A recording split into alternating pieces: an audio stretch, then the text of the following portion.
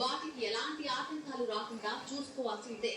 రాష్ట్రంలో పరిశ్రమల స్థాపనకు అనువైన ప్రాంతాలు, రంగాలపై మరింత అధ్యయనం చేయాల్సింది పోయి ఆ ఊసి ఎక్కకుండా అధికారం దక్కిందే తరువుగా ప్రత్యర్థుల పనిపట్టడమే లక్ష్యంగా పెట్టుకుంటున్నారు. ఇలాంటి ప్రతీకార రాజకీయం కరెక్ట్ కాదనే ఏపీ ప్రజలు జగన్ ను గద్దెదించేశారు. అయినా సరే ఇప్పుడు టీడీపీ కూడా అదే బాటలో ఎవరిని అడ్డుకోవట్లేదు. ఇలా చేస్తే ఇక జగన్ సర్కార్కి చంద్రబాబు ప్రభుత్వానికి తేడా ఉందనే ప్రశ్నలు ఉన్నాయి. గతంలో జగన్ చేసింది తప్పే, అందుకే జనం అలాంటి తీర్పిచ్చారు. కానీ ఇప్పుడు చంద్రబాబు కూడా అదే తప్పు ఎందుకు చేస్తున్నారు అనేది తేరాల్సిందే.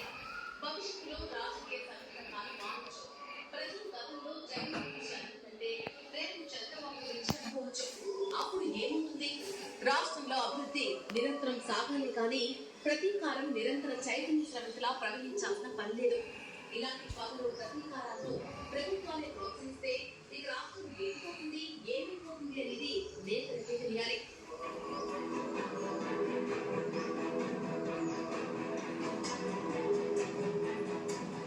రాష్ట్రాన్ని అన్ని రకాలుగా భ్రష్టు పట్టించడమే పనిగా పెట్టుకున్న పార్టీలు భవిష్యత్తులో ఇంకేం చేస్తాయో అనేది